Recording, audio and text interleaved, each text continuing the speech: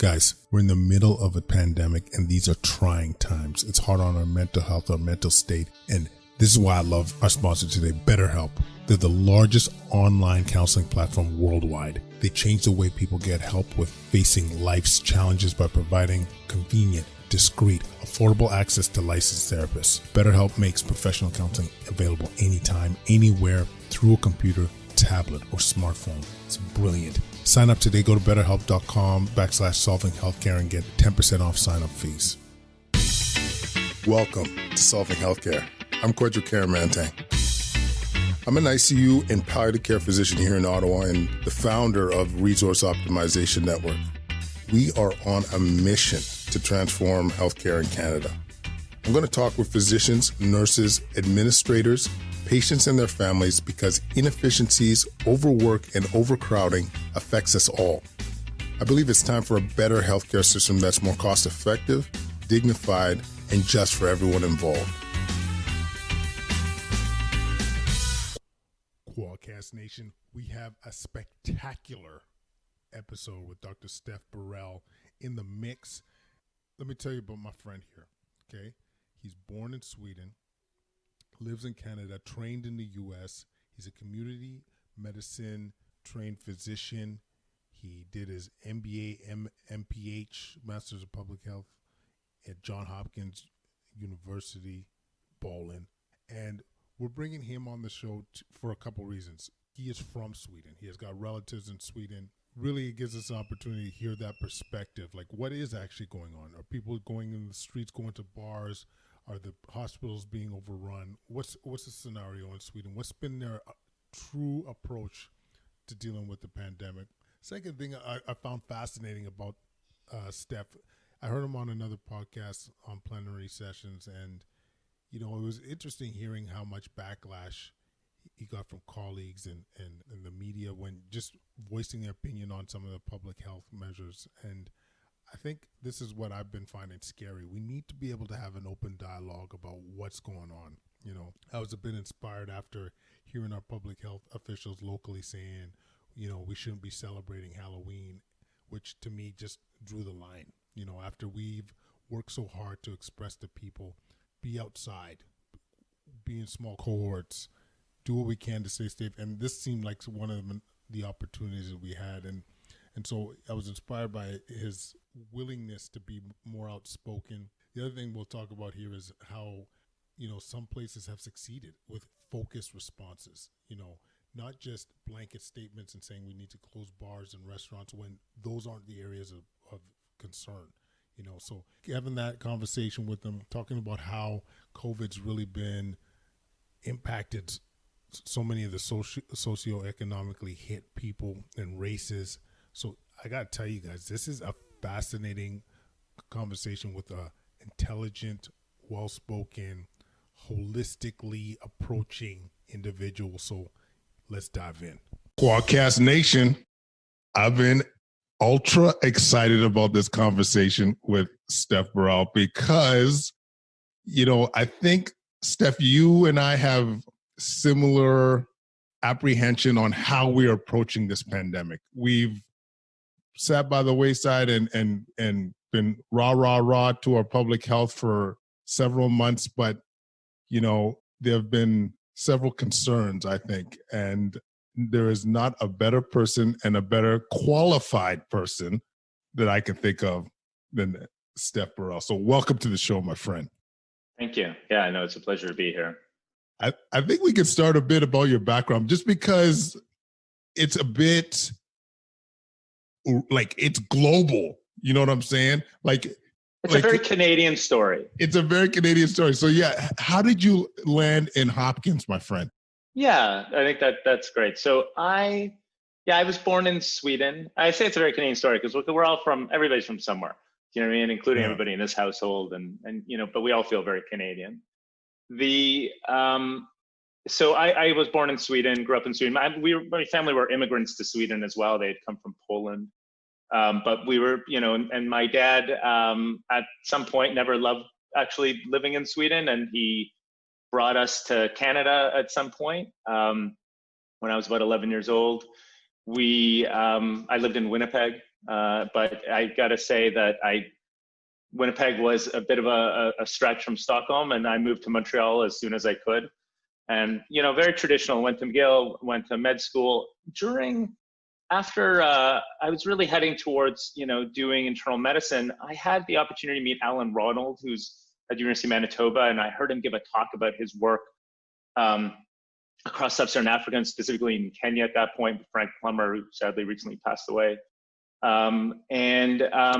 I kind of ran after him, and I was so excited, and he ended up setting up a rotation in Uganda, and I ended up going to Uganda, and there was a new center that had just been built, and it was run in collaboration between Makerere University and Johns Hopkins.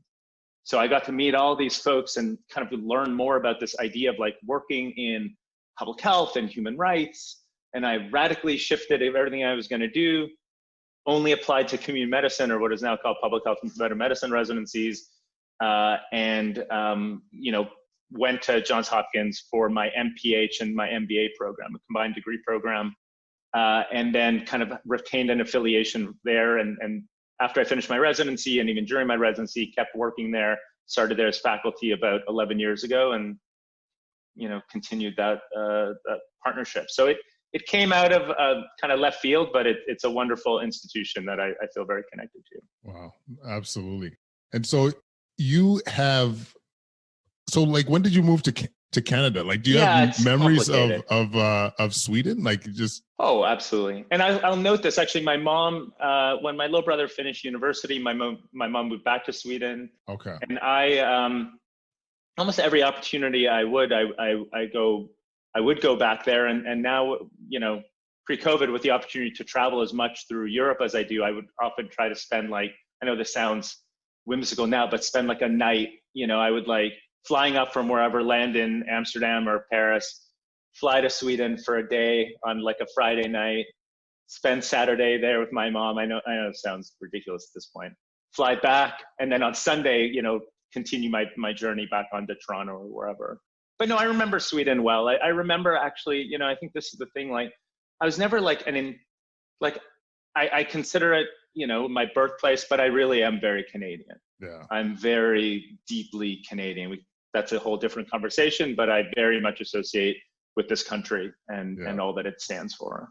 And I mean, the reason I think it's important to emphasize is because, we hear a lot about what's going on in Sweden with COVID. We hear the good and the bad, but you have a bit of a better perspective because you have family still there. So what is actually going on in Sweden? Because you hear such different things in terms of, people are going out, living their regular lives, or vice versa. So what have you heard or seen?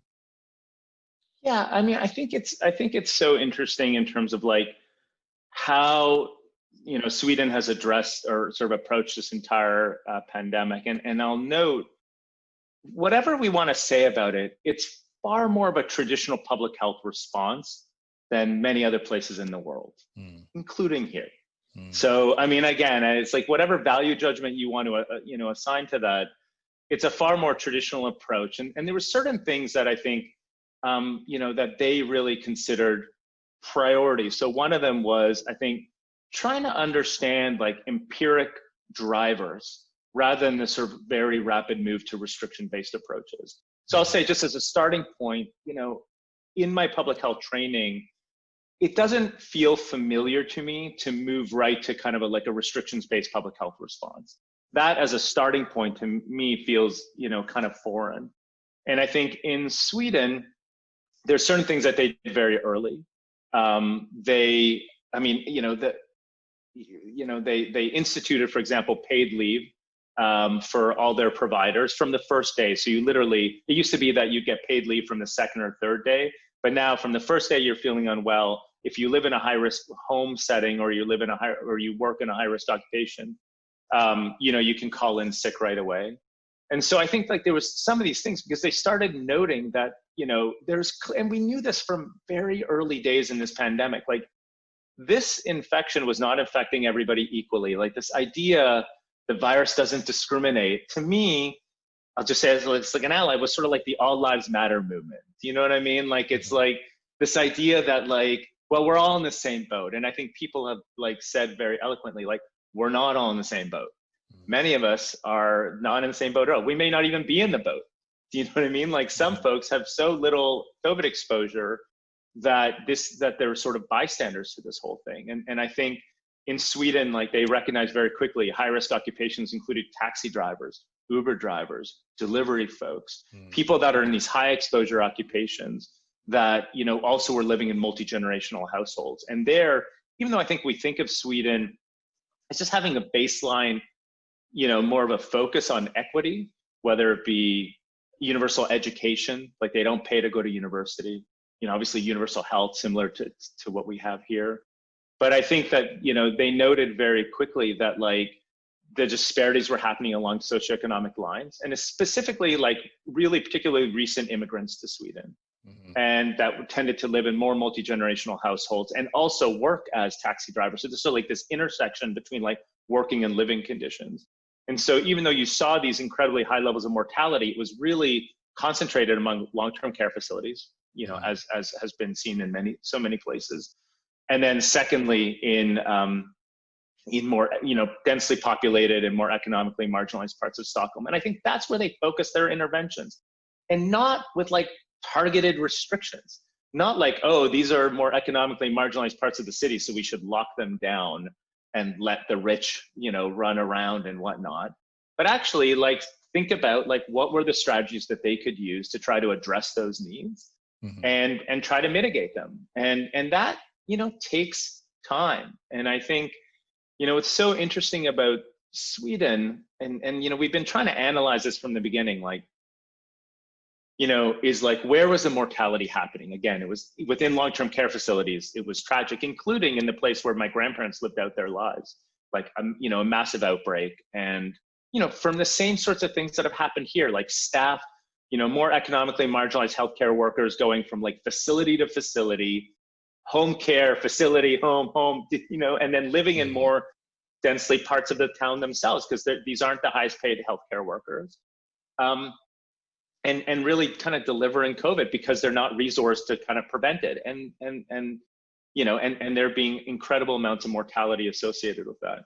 So, I mean, I'll just say, I think that like Sweden has worked in not a restrictions-based approach to try to address those needs. Now, there's certain things that they did.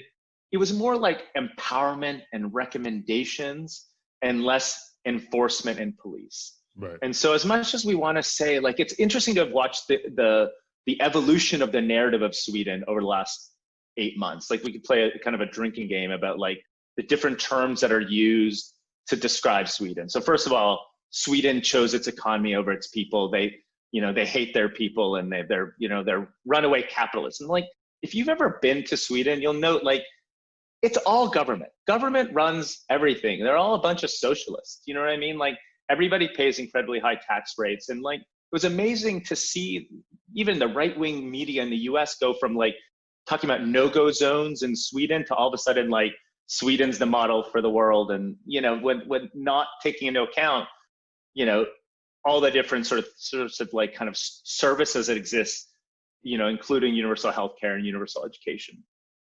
Then it's moved to like slowly over time as mortality has decreased, and we're getting a better handle that actually, like, I've been updating these analyses almost monthly, because the Swedish Central Statistics Bureau updates their mortality data.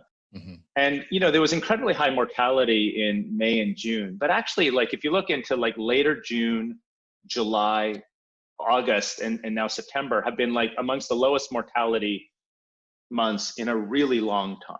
Yeah, and I read September like was ever. September was like, ever. Yeah, one of the lowest period. Ever. Yeah. No, ever.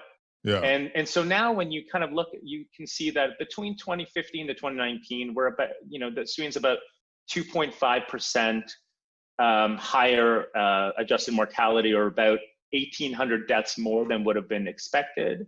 And I think there's more complicated math that needs to go into this, but my guess is by the end of the year, the total number of people who died will be about average, you know, and so that'll evolve over time. So I think it's like, you know, so now the narrative has changed to like, you know, well, they did lock down.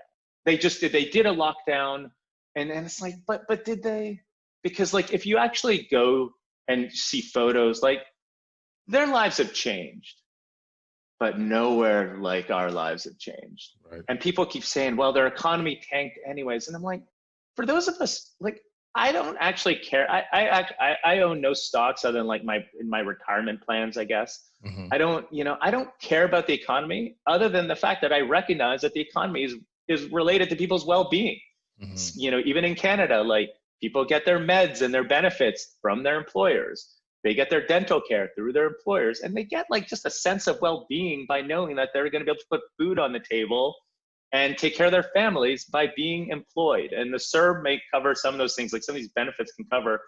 But generally speaking, we know that being employed is a social determinant of health. So it's really easy for those of us who are like securely employed to tell people that the economy doesn't matter when like we have nothing to worry about. We're totally comfortable. And so we were joking about this term of like job-splaining. Do you know what I mean? Like, stop job-splaining to people that jobs don't matter when your job is secure and they've just recently been fired. That's what kills me about a lot of, like, I think the term is like people that have the ability to have all these Zoom meetings, and they're the ones, shaming and dictating what should be done, whereas their lives aren't being affected. Like, I live in Ottawa, which is 70% government. That's right. People are doing fine. That's right. A lot of people doing fine. So it's easy to be judgy. I got to ask you though, when you're saying like Sweden, they had an approach to deal with the low socioeconomics, the multi-generational homes, because this is what we're seeing here too, like at the bedside. And so like, we're having a discussion amongst the colleagues too, like what did they do? Like, what could you do to mitigate risk in those scenarios? Yeah, I mean, I think, so, what's amazing to me, again, sort of coming back to this idea of like, we have effectively given governments around the world like a really easy out. I'll just start and then I'll get into like what I think you can do. Like, I think whenever cases go up, when you've basically told governments that if they implement some like graded level of restrictions, like close Halloween, close strip clubs, close restaurants, close whatever, that's actually easy, because the only thing you really have to do is call the cops to help you enforce the whole thing. You don't have to figure out how to address the needs of communities. You don't have to engage the communities. You don't have to talk to them, empirically understand risks. You don't have to do any of the sort of core things that we consider critical to public health. You just have to basically start like shutting things down. And then again, having like the city enforce it or the province enforce it. And so I do think there's like, broadly speaking, we should be like looking at resource-based interventions first. And so there's like some things that just feel like the easiest things in the world and feel painful to me that we haven't done them yet. And so, for example, we recognize like every day now we're learning about more and more outbreaks at long-term care facilities across Ontario. And what's amazing to me is like, well, why are these outbreaks happening? Like we've implemented IPAC, like infection prevention and control. We're trying to optimize those. We're working with communities of like employment entities, OPSWA, like the Ontario Personal Support Worker Association, among others. People have access to testing regularly. Obviously, that's how these outbreaks are being understood to be happening. But it's amazing to me that like virus is clearly entering the building, right? And like some percentage of those folks are asymptomatic. Some percentage of those folks are mildly symptomatic. Some percentage of those folks have no idea that they've had a contact, but some folks know that they've had a contact. And I think, again, before we move into this thing of like, how dare they not listen to public health rules and whatnot about if they're mildly symptomatic or if they know they had a contact, just ask them about their own needs. Because the reality is, yes, the full-time workers and even some of the part-time workers can get benefits if they don't work and can get paid leave. A lot of the contract hires, agency hires, other folks have no benefits, nothing. So you ask yourself the question, like, and I do this all the time, like my rule in public health is like, how would I feel about it?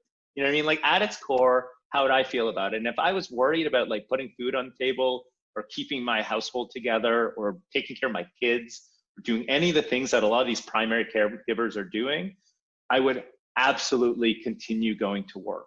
And so we've not addressed those needs. We've not provided those folks the security that they need to like, you know what, I think I'm sick, or it turns out that like, I think I had a contact last week or whatever, and I should phone this in, and I should feel comfortable that I'm not going to get fired, and my family's going to be fed.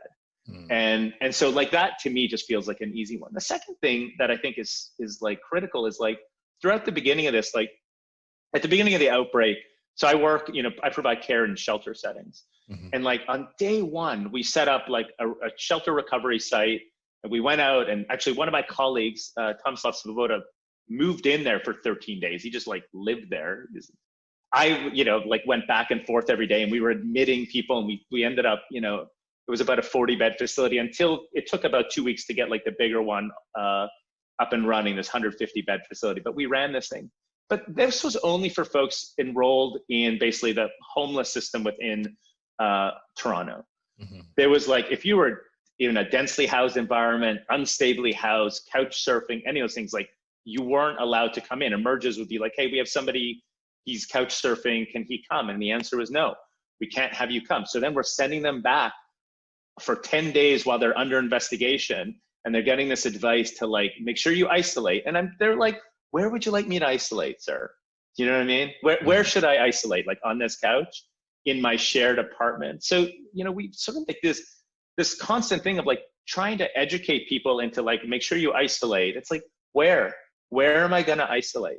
Where? And the answer is like, we have no idea where you should isolate. I don't know, figure it out, peace out. You know what I mean? And so, and then next person. And so it's like, at its core, masks, like closing restaurants doesn't fix that. Right. Mask interventions, like that they're not empiric, because empiric would be like, let's figure out where this person can isolate, because if they are, especially if they live in a multi-generational household, especially if they were just any household where they don't at least have one room per person. And that data, it's not like, we did a study together with AMFAR, the Foundation for AIDS Research, and these are US data, showing that, looking at particularly like predominantly African-American counties in the US and like why were they at risk. And, the biggest determinant was really like that those counties were more likely to include having more than one person per room per household. It was like a major one. Being in more high exposure occupations, being more economically marginalized. So you can like explain away the disparities very easily. It's nothing biological, obviously. You explain away these disparities in very easy ways of like living and working conditions. And then only after you've looked at all those socioeconomic disparities, can you then think about like, is there anything else going on? Which, by the way, there isn't. When you adjust for those things, like the differences fall away. So that, I would just say is like another thing. I just want to say one thing about like testing. In this province, in so many places, is like we've set up testing basically for like the Zoom generation, or like, some 100%. People, yeah, no, we've set it up. Like, I think people are calling it the Zoomocracy, which I think is not unreasonable. The work from home generation is like, how does a shift worker who works at McDonald's or anywhere say, you know what, hey, I need 4 hours to like go to this testing facility. I'm gonna wait. Can you pay me during that time? The answer is like, not only obviously are they not gonna get paid, but they could get fired. Do you know what I mean? Like they don't, like there's a whole question about like, so many people have like lost their jobs in very murky ways over the last, 8 months. And so there's also this dynamic of like, we've not really like set up testing to be aligned with where needs are. We've done it when there's outbreaks. We've done outreach testing, and obviously in shelters, we've done it. We've seen some innovative stuff where people have set up in buildings, like, famously, or not famously, but Toronto East General or Michael Garron Hospital, like set up a place in like a building that's in Scarborough that's more economically marginalized. And it was a great thing to do, but it was like a one-off. That should be like the basis of the way that we're doing things, and not just setting up for like rich people with their kids and, kind of getting tested for school. So I just say it's like, there's a couple key things is like how we're doing testing, making sure that we're like at least temporarily alleviating barriers to care. We still, obviously, if you're undocumented in this country, like I can see you, but I really can't do anything for you. Yeah. You know what I mean? Like I can see you and like we have an internal billing program to like let people do it, but I can't order anything for you. I can't do anything for you. So even if you can get COVID tested, you can't get provided anything after that.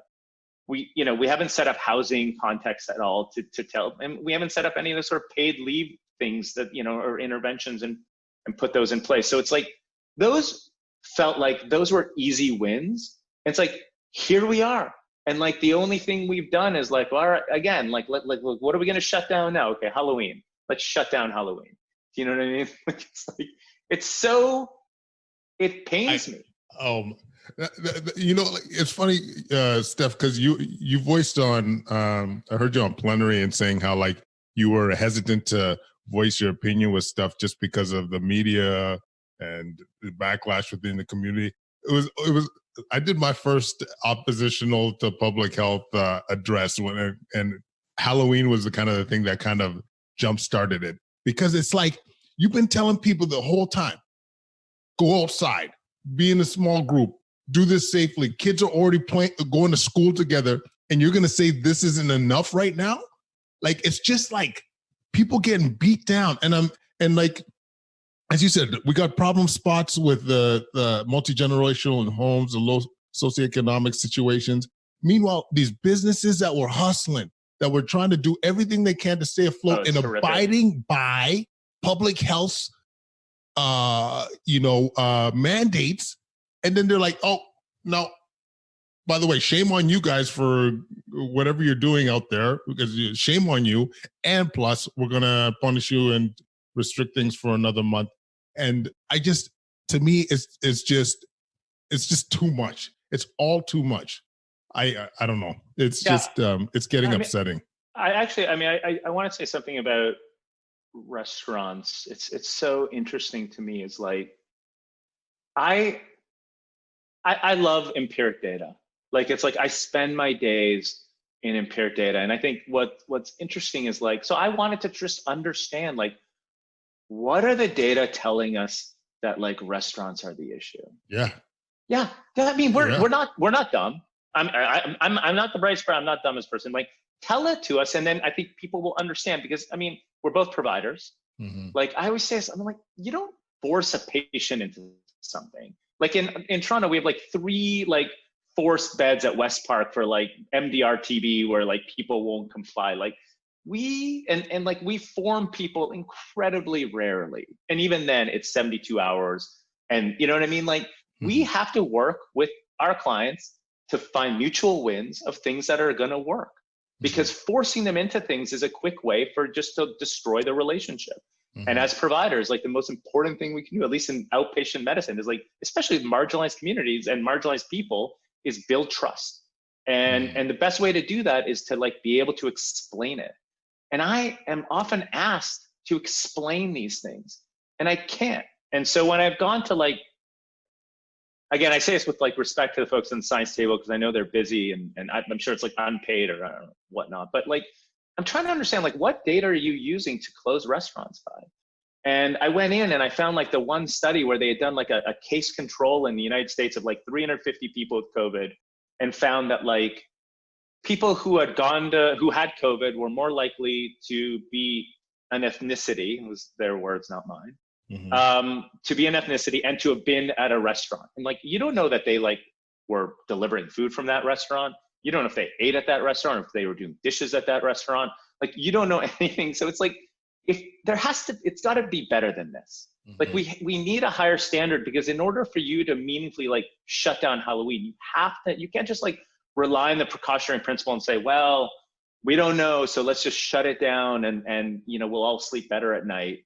It's like it has to be more empiric than that. And I'll say the media piece, just as a personal anecdote, and this happened to me, like in March, I tend to like, there's a lot of white men in the media.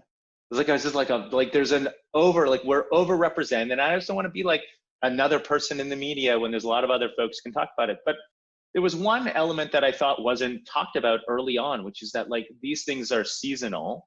These are seasonal coronaviruses. And in March, somebody like reached out and was like, hey, do you want to talk about this? So I said, sure. Like, I think this thing will slow down in the summer. but it also means it's going to pick back up in the winter. Like that is the nature of these things. And we wrote a paper about it and some other work about it. And then BBC saw this thing, and then they asked me to come on. So I went on BBC and I talked about seasonality, and it was the same thing. It wasn't like, don't worry about it. It was like, in the context of mitigations, this thing should slow down in the summer. But by the way, in the context of mitigations, this thing's still going to pick up in the wintertime. Mm-hmm. Immediately after that, I got calls from people that I work with that are like, hey, you need to be really careful about what you say. And I was like, what did I say? Do you know what I mean? And they're like, it turned out Donald Trump at the same time was also talking about seasonality. Now he's using it in the way that he would do it, which is like, don't worry about anything. This thing's going to go away and it'll never come back. That's, by the way, fundamentally different than what I was saying. I was like, I think this is going to slow down in the summer, which is great planning time, because come October, September, October, like it's likely coming back no matter what we do. So let's use that as a time to plan, prepare, think about it. Like you pull all our data together. But it was very much of like, you need to be very careful about how you're being perceived. And after that, I was just like, I'm not doing any more media. Mm-hmm. I'm not engaging in this because it's hitting too close home, and I'm just going to write papers. And I've written a bunch of papers, but I'm like, because I think at some point we're going to have to learn, like, what happened? Mm-hmm. Like, what happened here? What happened? How did we make these decisions? Like, who was in charge? What was driving these decisions? And I don't think this time in history will be viewed well from many numbers. Oh, yeah. Can it be? It's like, I'm trying to be careful too here, but like, yes, you learn. Like we kind of talked about in the beginning, like, I think you just want to learn as you go and learn quickly. So yes, you locked down. You didn't know what the hell's going on. It was scary or whatever. Once again, not typical public health principles, but we don't know what we're doing, what we're dealing with. But as information is coming in, once you realize the mortality is decreasing, it's not as deadly as we thought it was going to be. There's some things that are more predictable about how it's tough to get it outside. Clearly, it's showing some seasonality. Older people versus younger people. Like let's start thinking about this, and let's be strategic. It's like you said about the what we're trying to do to mitigate risk. It's you are shutting down restaurants, shutting down kids' activities, and show me the data that's showing that this is associated with outbreaks. This is associated with poor outcomes. I could get behind that. I could totally get behind that. And don't give me these one case scenario. Like I was talking, I play hockey. So my buddy sent me the CDC. That one outbreak in Vermont or whatever. I'm like, okay, there's going to be exceptions all the time. I can see why it happened. Is this the norm? You know what I'm saying? And like, were they being careful? Were they like, at our rink, there's like only a certain amount of people in the locker room, no face-offs, all these kind of things. Like, to me, it's like your tweet, man. Is it zero COVID versus zero COVID mortality? It's like, we got to learn how to live with this. It's not going away anytime soon. Yeah. Anyway, I'm going on. Well, I just want to say, it's so interesting because Senegal has been heralded as a successful country. Yeah, what's going on in Africa? I have no fear. And why isn't it getting any press? That's a legit question. Like, I honestly don't know what's going on in the motherland. But Senegal, I'm interested to hear this. Well, I'll just say this. So what's so interesting about Senegal is I've had the pleasure and the honor of working there for about 15 years. So when COVID was starting, first of all, they have no need. They have amazing public health folks, but there was just a lot of discussions with colleagues there about Senegal because we have a number of projects underway with partners, and the dynamic is such that they closed down for a few weeks, but they opened on May 11th. Mm-hmm. May 11th. So President Macky Sall said, "Listen, exactly the words you just used. It's like, we need to figure out how we're going to learn to live with this virus. We're going to mitigate where we can, but we can't, when he was about to close down, and this was a very tense discussion that a friend of mine shared with me in a meeting, was going to fully lock down the same. And people were like, listen, like a lot of folks here, although, you know, it's a wonderful country, it's a wonderful place, still live day to day. And you are going to create a tremendous amount of mortality if you do, you know, if you go down this route of like having people do more like what happened in Rwanda, for example, where it was just, you know, just complete shutdown. And so they pushed back against it. They organized some of their testing. They, you know, figured out how to work with religious leaders to, you know, have safe events and whatnot. And they've had some outbreaks here and there, but by and large, they've managed it and are like rated the #2 country in the world on this index of like countries that have succeeded. #1 is New Zealand, which use like military, like managed quarantine. If you test positive, like you just got to go to like this military run hotel. So I was like, military run hotels don't feel like hotels at all. There's a different name. We call those jails. You know what I mean? But whatever, like either way, you know, I was like, you couldn't be any more opposite. Senegal saw that its, you know, its neighboring country, the Gambia, which is, as you may know, is a country completely embedded within Senegal, was having troubles and was kind of needed support in their response. And they like, you know, sent all their ministerial staff to like, you know, partner with the folks in the Gambia. So I was like, that's the model where like we work together, we work across borders, we recognize there's movement anyways. What did like Europe do? Or what did North America do? Like we nationalistically like shut our borders, we shut our provinces. It's like that feels amazing to me. I mean, I'll note this across, you know, sub-Saharan, obviously, like I'm not African by any means. I participated in 2 papers related to sort of looking at decision-making around sub-Saharan Africa. One, South Africa specifically, because South Africa tends to bear the brunt of like respiratory viruses and respiratory illnesses across sub-Saharan Africa. But it was to say that actually, if, you know, the initial models that we're calling, I mean, you must have seen this, 3 million people going to die, overtaking every health system. And it's like, could you ever imagine a scenario where you would use data from like Malawi to estimate what will happen in Italy? Oh. Like, you know what I mean? Like nobody would do that. And like here, people had no problem with parametrizing a model using like 80-year-olds in Lombardy to like for everywhere, like Africa, the country. Do you know what I mean? Like literally, yeah. I don't even think it's fair to model how COVID will behave in Toronto compared to Ottawa. Like, well, that's exactly it. You know, like I just, that was another pet peeve of mine, was these dramatic, even up to a month ago, they showed the models in Ontario about like, oh, if these cases continue, this is what we're dealing with. And I'm like, you really believe that? I'm like, there's so many assumptions in your model that I could guarantee you know are likely to be wrong. Even this was an argument I heard which blew my mind, is that they assume in a lot of these models that there's equal dispersion. Well, that's exactly it. Amongst people. So like, just to the listener, like if you're 20 years old, they're saying you're equally likely to be just hanging out with 80-year-olds and all that kind of shit.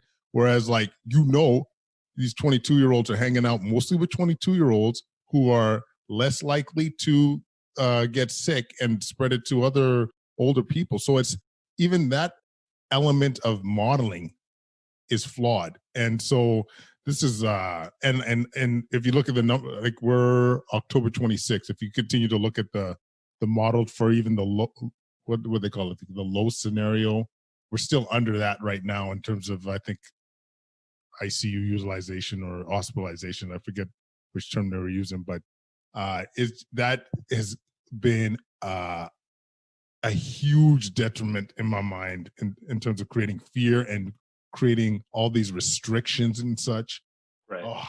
But I'd say, like, even to like sort of simplify past dispersion is this idea that like we're all at the same risk. A lot of the models assume homogeneity of risks across age strata. So, you know, and the reality is that like we know this is not the case anymore. We know that like folks in the wealthier parts of Ottawa are at different risk than folks in more economically marginalized parts, but they're applying like a single parameter across these age strata and just modeling it. And sure, like it looks terrible. I'd say there's a few things. Like one is this amazing dynamic, and I think it's part of like this sort of deep politicization of this response and like Trump and this, I don't know, like all of it feels all like wrapped up in this big old mess. But it's like this argument that like, because we, can't intervene in networks, we shouldn't even try, i.e. like, because we can't, like protect, all particularly marginalized folks, that we shouldn't even start intervening in networks. And to me, I would have felt like, indeed, networks are at the heart of this whole thing. Like if somebody is infected and they're not that sick, then the whole idea is it's a network issue, right? It's like who's in their network, either occupationally or, from a living context, or in these like, like spinning, like those are the one-off, like the spinning thing in Hamilton. Mm-hmm. But it's like, who's in their network? How do you understand that network? And how do you like address those risks adaptively? Because not everybody needs the same level of resources. Mm-hmm. And like, a core interventional strategy is this idea of like equity. If somebody needs more, you do more for them. Yeah. You don't shut them down harder. You know what I mean? You do more for them. You spend more for them because, by the way, not only do they benefit and everybody in their network benefits, we benefit. Like Canada benefits. And so I think that part of it has been this idea of like this sort of inability to particularly address the needs of like more marginalized folks. Again, not with this thought of like, I don't know, I've seen these things of like, well, we need to like shut down parts of Toronto. And I'm like, so what are you going to still let them out to like deliver you food? Are you going to let them out to do these? Are they going to have like a little ID card? Like I'm a DoorDash person and I'm going to go to Rosedale to deliver food.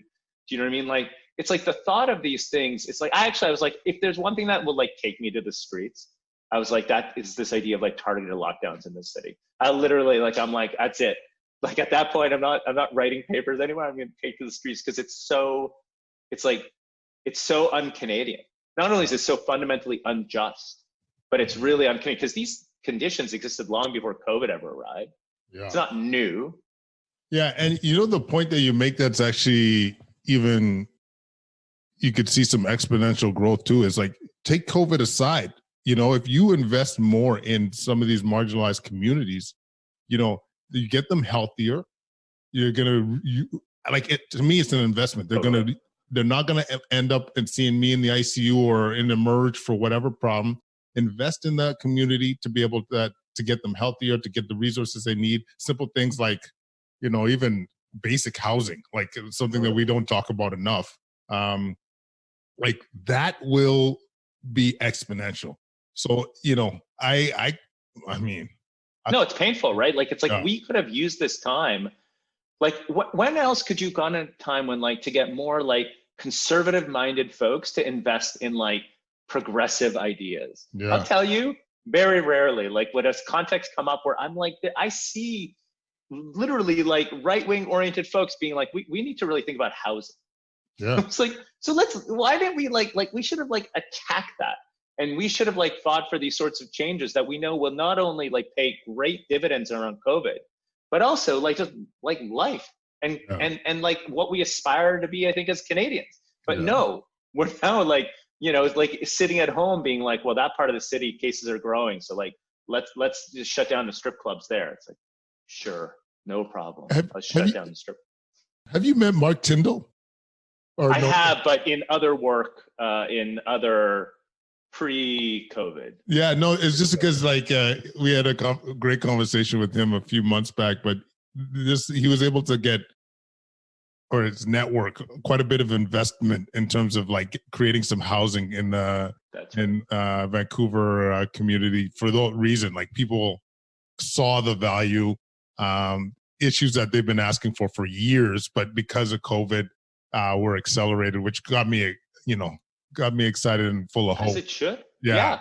But BC, like there's a lot of like, I'm having a lot of BC jealousy. Like Bonnie Henry. Ballin'. I mean, like think about everything, like everything that I learned. I will note, she's, community medicine physician, like incredibly experienced. Everything that I learned is kind of represented in what she's doing.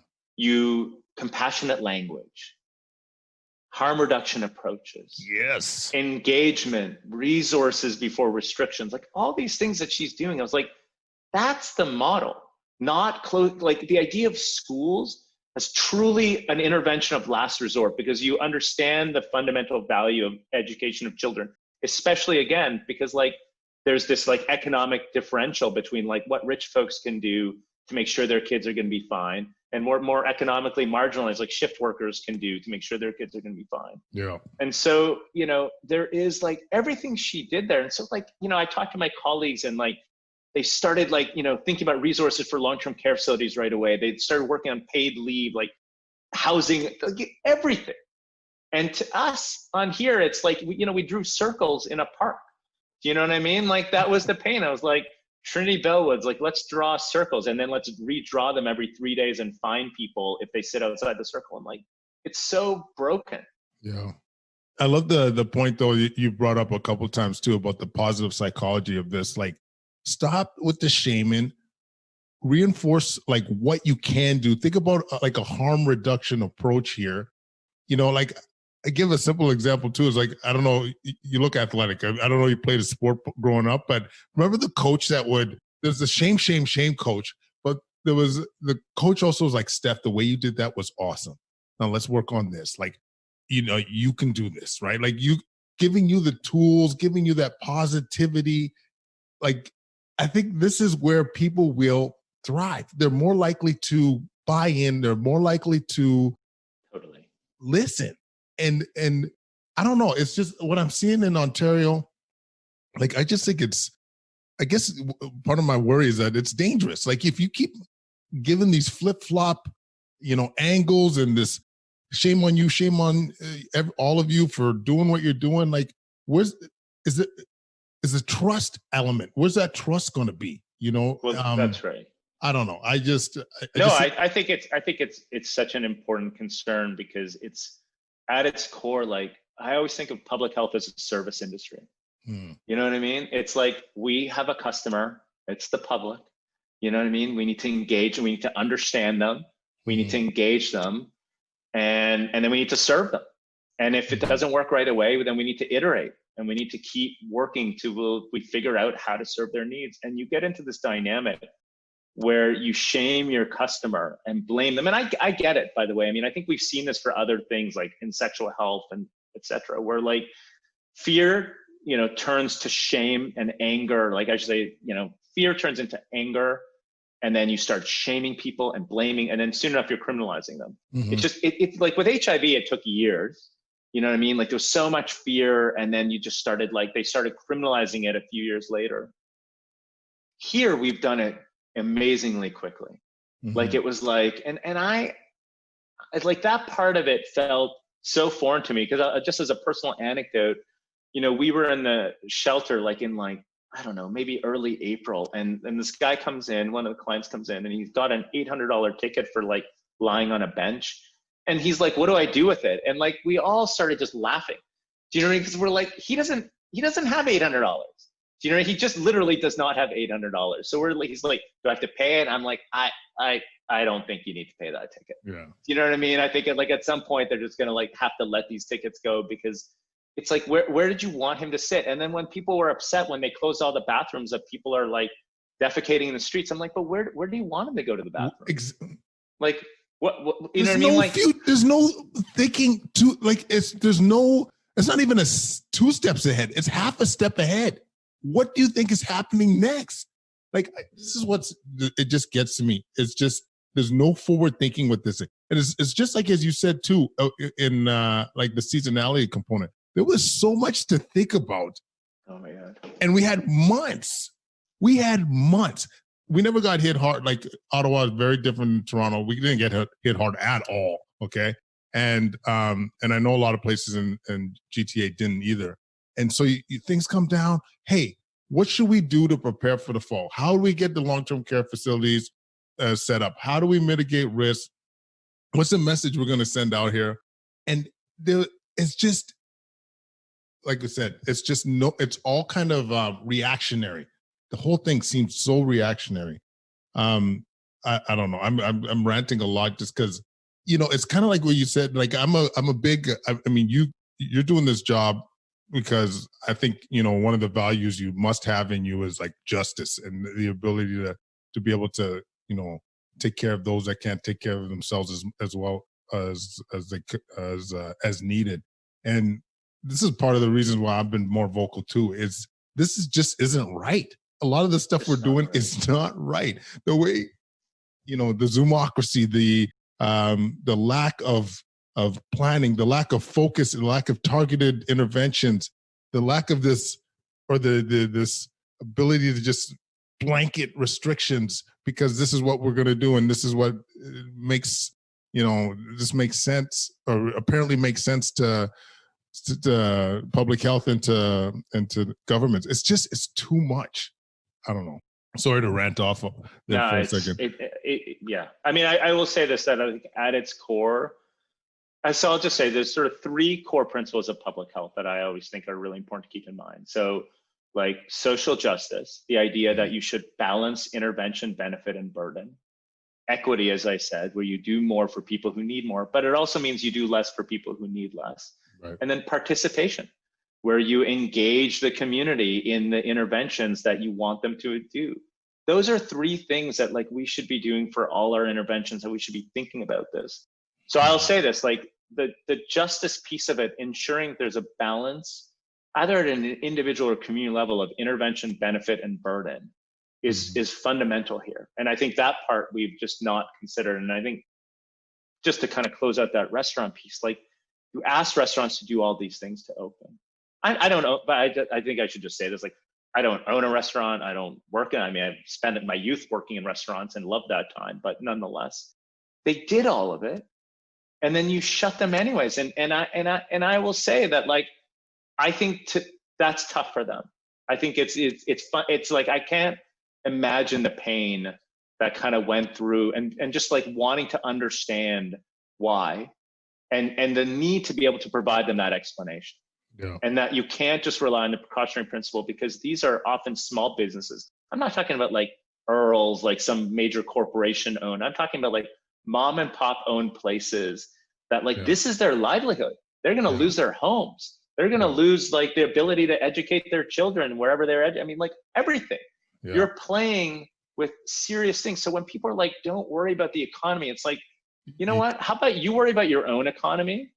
I'll worry about I will say this, like, I'm also not at risk. Like we have a backyard, we have everything we need, but like the whole point is you have to plan and consider like what is happening to other people at a very granular level.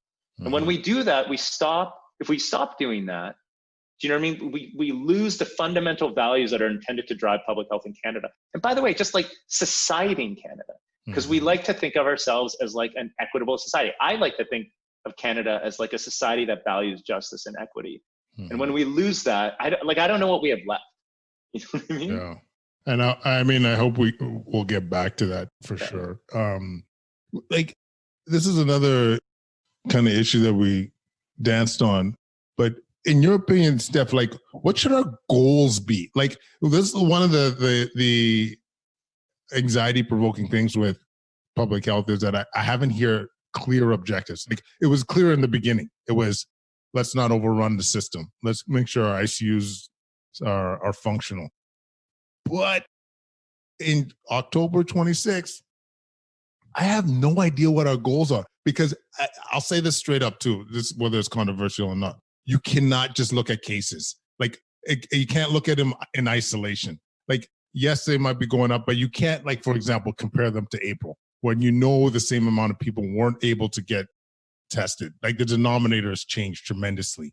In your mind, what would be reasonable goals for us?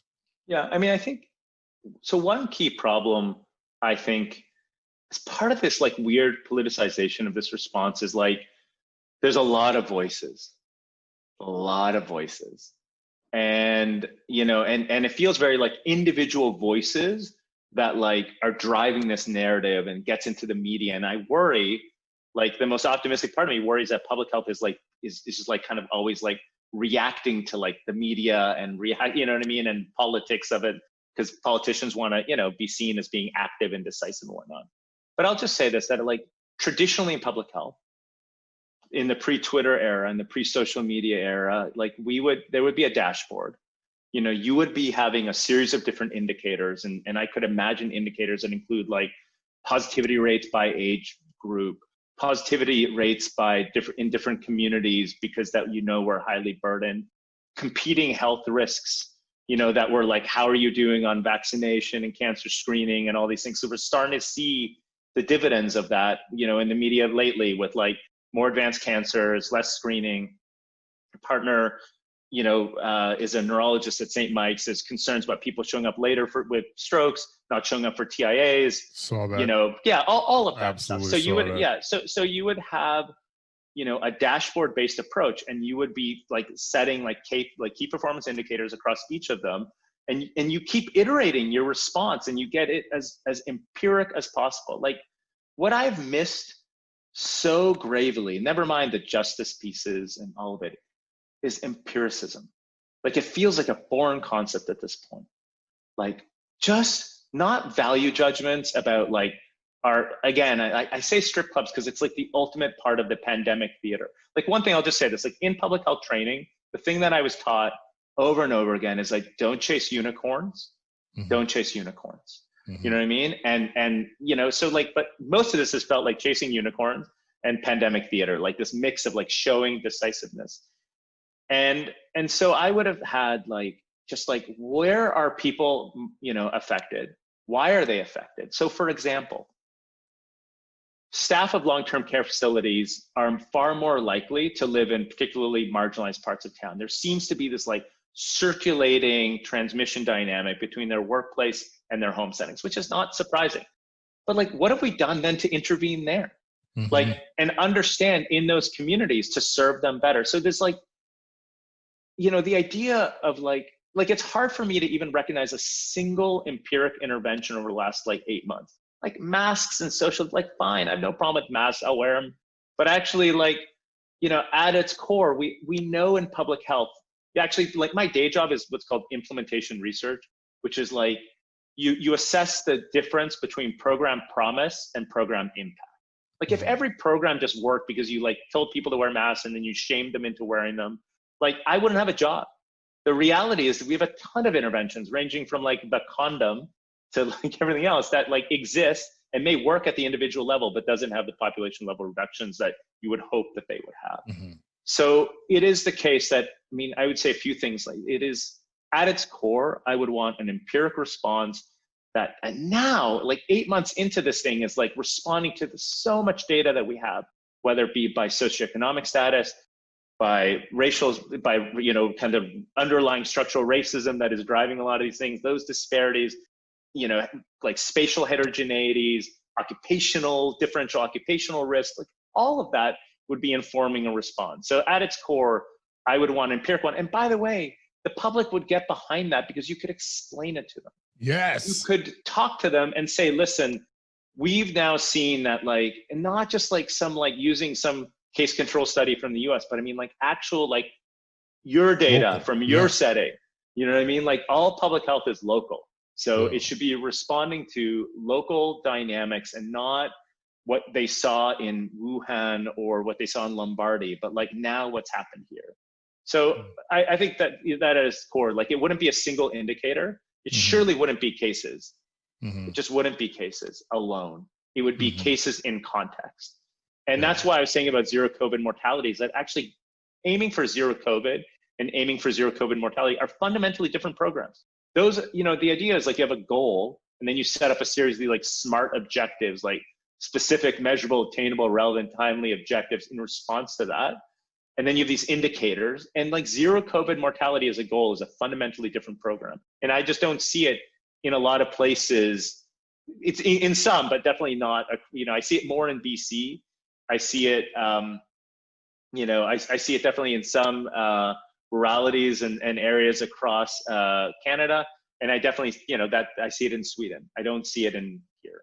So just like I'm 4 years old, like what does that look like in those places? Like just to be clear.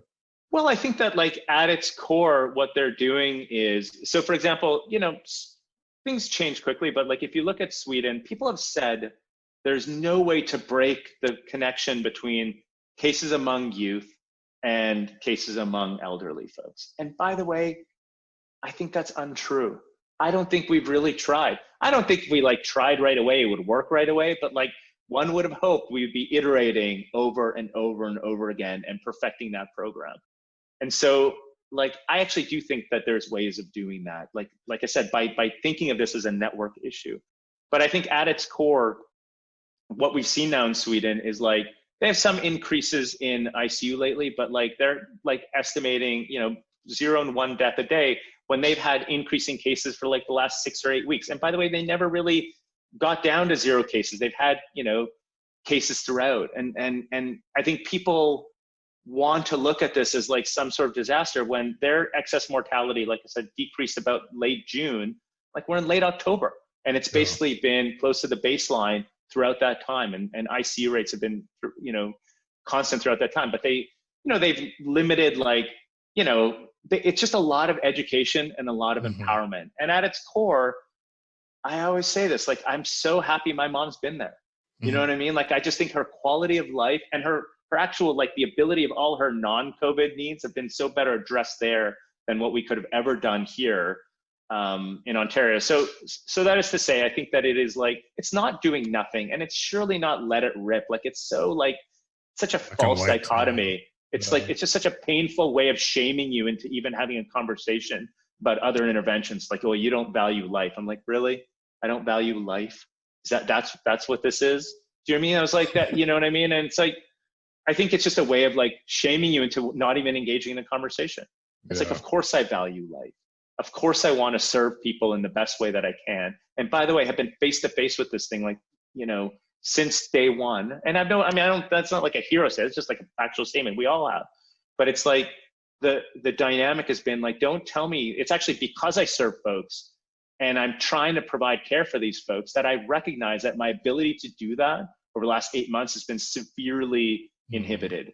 I can't get investigations for folks. I can't get them the care they need. I can't get them the home care they need. I can't get anything other than COVID testing. No, it's it's so true. Actually, just while I have you, do you have an opinion on the testing that we do? Like, I haven't heard you speak on this before, but like the fact that we can skip this if you want, but like if it's the fact that it's PCR driven, that it's amplified, like, I don't know, depending on where your location is, like, is that something you feel? Yeah, I'm totally happy to talk about testing. I mean, for me, I think of like testing in 2 key flavors. I think of testing as in the type of test we're using. Yeah. And then I think of the strategies of like how we're rolling out testing. I think we talked a little bit about like strategies. Like, I would align testing strategies with like people's lived realities, especially the people that we're looking to engage in meaningful ways. So that would mean things like potentially like workplace testing.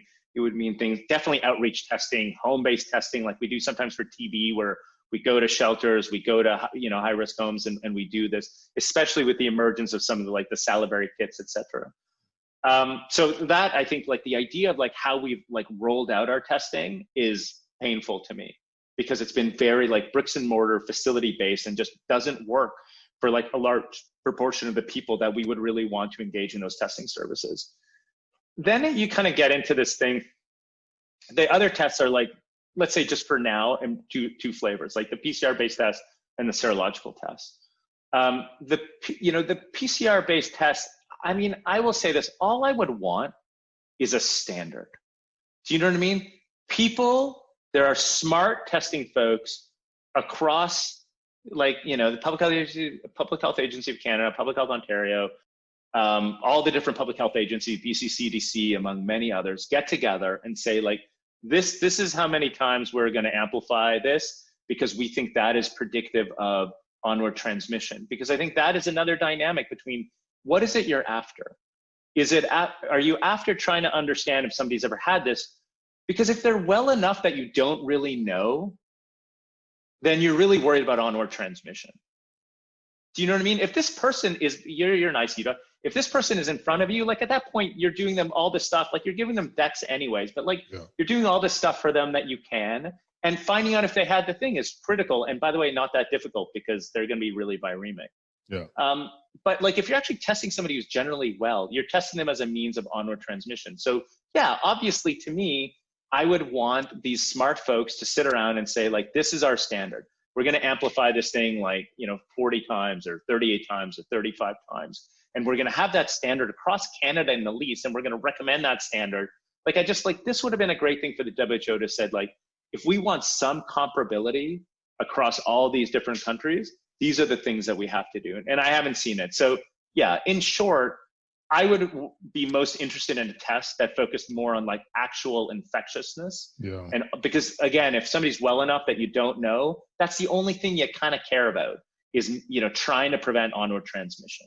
Mm-hmm. You know what I mean? You're not, otherwise it's just data for people like me to play with and analyze. Yeah. The serological tests, I think it's also kind of painful to me that like, we know at this point that the sensitivity of those tests increases with the severity of infection. That, by the way, is not new for COVID. That's well known. It was like known in SARS and it's known for other coronaviruses and the role of, cellular immunity, et cetera. So it's like, while this concept of immunity has been so deeply politicized, the idea that like we can just use these serological assays as actual correlates of exposure also oversimplifies it because it's totally not that sensitive for most people who weren't hospitalized or had very, very mild clinical courses.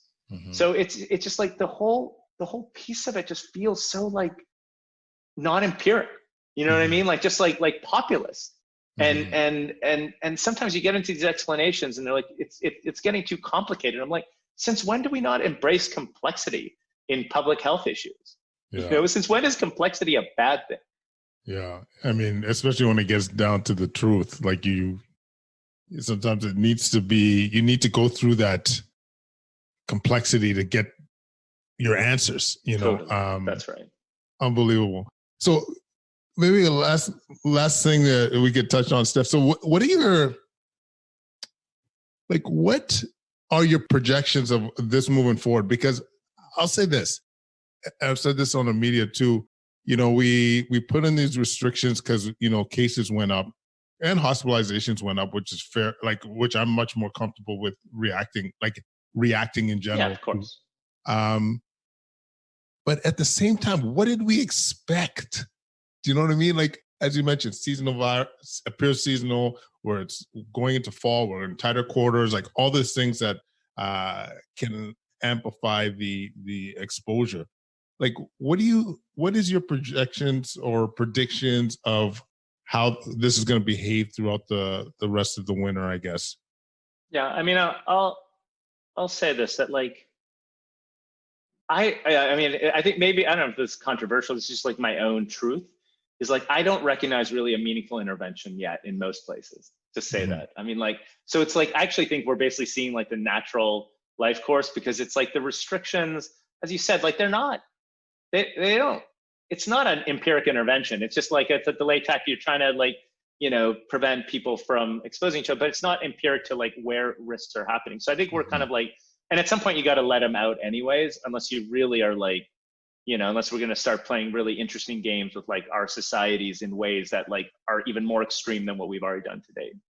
So, I mean, I first of all, like the optimistic part of me feels like there's a tremendous amount of opportunity to actually do empiric interventions that we've not yet done. My predictions are like, again, I noted like immunity's become this very political concept. Like immunity is not a strategy, but I believe it to be a reality. Do you know what I mean? And so I like, I don't know if like lightning came down, but you know what I mean? Like, isn't it crazy though that you can't talk about it? No, I can't talk about it. But you know what I mean? Like why? Anyways, it's just. No, but so I'll say this. Like, I'll just say that like, I think that there's going to be an inverse relationship. Like, I don't know what's going to happen with these vaccines. I'll say this. Like, I first started working on adenovirus-based vaccines in 1997 as a master's student. You asked me about my master's of science. I did it at McMaster at the Center for Gene Therapeutics, and we worked on cancer vaccines using ad-based vaccines. Like, it's 2020. You know what I mean? So like, I'm hopeful for this vaccine, like the Oxford vaccine, but like I've been waiting for adenovirus vaccine since since Family Matters was on television. And so, you know what I mean? Like if a vaccine comes, it's going to take time for it to get like rolled out. And so we're going to have to kind of like deal with this winter and this wave kind of as it comes. I do think we're going to see this like a bit of an inverse relationship. And we're starting to see this like even in places like Italy and even in Sweden. Stockholm, that was so heavily affected, is being less affected with serious, like they're still getting cases. But in terms of actually people getting sick, it's really now in Uppsala. In Italy, the north is being spared. It's really southern Italy that's really being affected. And so, or even more granular than that, like neighborhoods that have been affected. So I do think we're going to see a bit of an inverse relationship between the places that have been more severely affected with that sort of earlier wave and the ones that will be affected now. But I think that, you know, we can account that to whatever we want. I do believe a lot of that is going to be related to like interference with networks, more on the side of immunity than on the side of like the actual kind of like interventions to date. But I think there are opportunities to really intervene in long-term care facilities, which is now, I don't know, like as of today, we have 80 across the province in outbreak. Like, and so I think that like we have this opportunity to intervene in those settings. I don't think we've really leveraged those opportunities to date. And I think that there are better ways, some structural pieces to address the needs of people who work there to offset those risks. But I think I don't think that this winter is going to be as tough as like these models are projecting. I think that like in Toronto, like I think very, very regionally, like one ICU may need to like move people around. But I saw some of these projections where they like even in best case scenario, all our ICUs are overloaded. And while I don't think that this means we don't need to like intervene, again, the whole time I've been talking about empiric interventions, but it is to say that I don't find that to be a very realistic scenario. I think that when you include, and I'll just note, even at that meeting where different models were presented, other models were presented with more of this heterogeneity by neighborhood, by community, and it showed a very different picture that was not as grave as the one that ended up making the news. So that is not to say we don't need to be active, and I want us to be doing all these things, but I just don't think that like our city's gonna be overrun and like, you know, it's gonna be the purge and we're all gonna be running in the streets, you know, with no resources. I actually think it's gonna play out better than that, as I thought in the spring, and I think now, so. No, I personally agree, and for a few reasons. One, you know, there does seem to be some level of immunity that's happening. Like, I don't know to what degree, you know, I'm also seeing people come in less sick, you know, like compared to when they came in back in the spring. I just hope that with us becoming smarter, hopefully we'll become smarter and focusing on areas where are heavier hit, we could be more strategic and really mitigate a lot of this. Oh my God, Steph, you're balling today, my friend. This was awesome. This was absolutely awesome. Just at a personal level, just to be able to be just having an authentic conversation on COVID and lessons we've learned, where we could see this going. And just having that real conversation on topics, even though I know that could be taboo, but this conversations that need to be had. And I hope this is the beginning of some more authentic conversations, you know, not just, you know, amongst colleagues, but in the Twitter sphere and the media, because I think we need to be able to have real dialogue about so many of these issues. So Steph, I gotta thank you so much for this. Thank you for taking the time. And I don't think this is going to be the last time you're going to be coming on the Quadcast. Where can people get a hold of you? If you want them to get a hold of you, by the way. No, I don't even know if they want. You know, I always say this, like sometimes the pains of working at an academic center is you're very easily accessible. I mean, I think increasingly I'll say this, like I stayed off Twitter for a number of reasons, because I think there's just like a lot of people like me in the media and with voices. I have been more active in the last number of months. So I'm always happy to engage folks in like friendly, non-attack oriented discussion. Yes. Because I think it's just been like we just need to kind of like regain our ability to appreciate that like we come at this from different perspectives. Mm-hmm. Everybody is biased in their own context. Everybody's coming at this from their own baggage.